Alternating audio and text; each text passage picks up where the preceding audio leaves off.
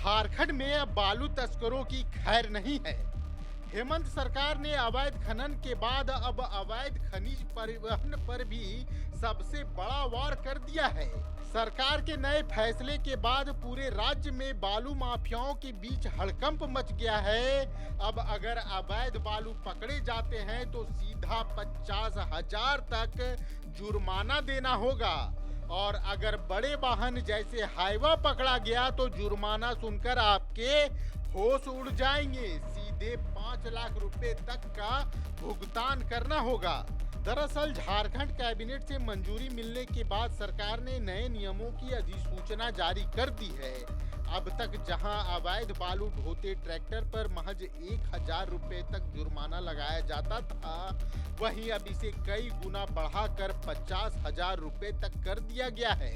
यानी साफ है, सरकार अब सिर्फ खाना पूर्ति नहीं करना चाहती, सड़क पर दौड़ते बालू तस्करी के नेटवर्क को ध्वस्त करना चाहती है। सबसे बड़ा झटका उन वाहनों को लगा है जो रात के अंधेरे में बड़े पैमाने पर खनिज की ढुलाई करते थे। हाईवा और भारी ट्रकों से अब 5 लाख रुपए तक की पेनल्टी वसूली जाएगी।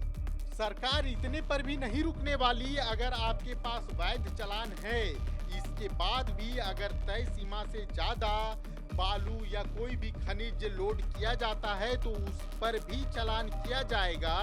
खनन विभाग के अधिकारी तुरंत कार्रवाई कर सकेंगे। यानी अब ओवरलोडिंग पर भी सीधी चोट होगी।